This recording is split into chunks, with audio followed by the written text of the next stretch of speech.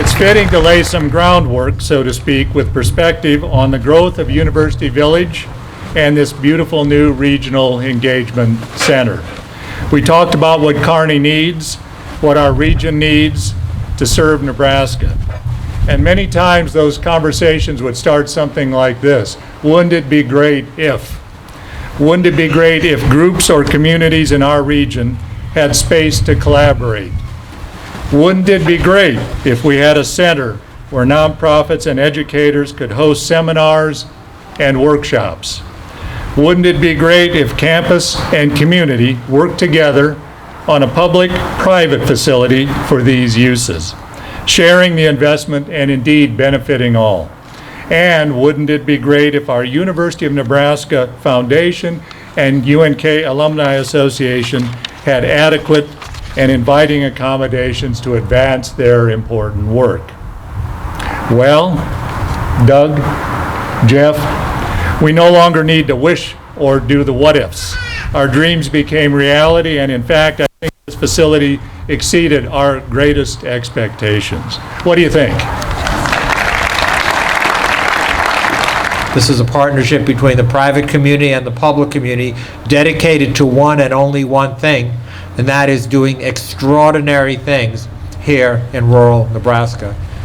Bringing the public sector, bringing our legislature, the governor's office, our federal delegation, together with our large and small businesses, with the university, to do things that could never be done separately. Things that will transform the community, that will set a marker for the future of the state. And I can assure everyone who is gathered here today that the future for this university, for all of our campuses, and therefore for the state of Nebraska, is extremely bright. The amount of innovation that is going on these campuses is absolutely top flight, world class.